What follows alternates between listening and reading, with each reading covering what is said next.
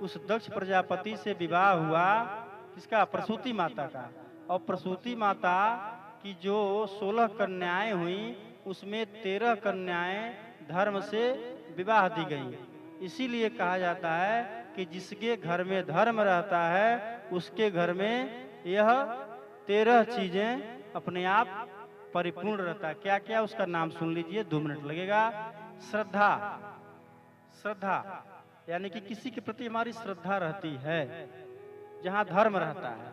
दूसरा मैत्री, उस घर में परस्पर विवाद नहीं होता है, कोई झगड़ा नहीं, मैत्री बनी रहती है।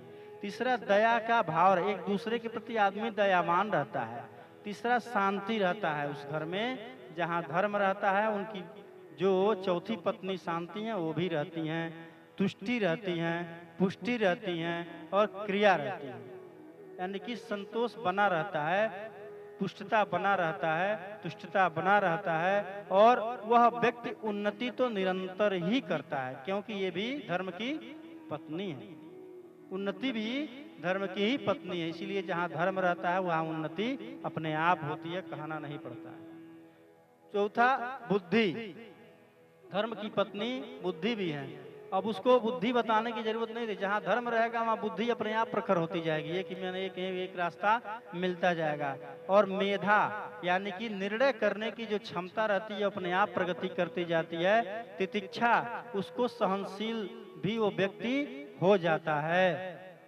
अगर जहां धर्म रहेगा वहां कहीं आदमी तुरंत उग्र नहीं होगा, क्रोध उसको नहीं आएगा, वो अपने बुद्धि से, अपने दिमाग से वो तितिक्षा और धैर्यवान वो बना रहेगा।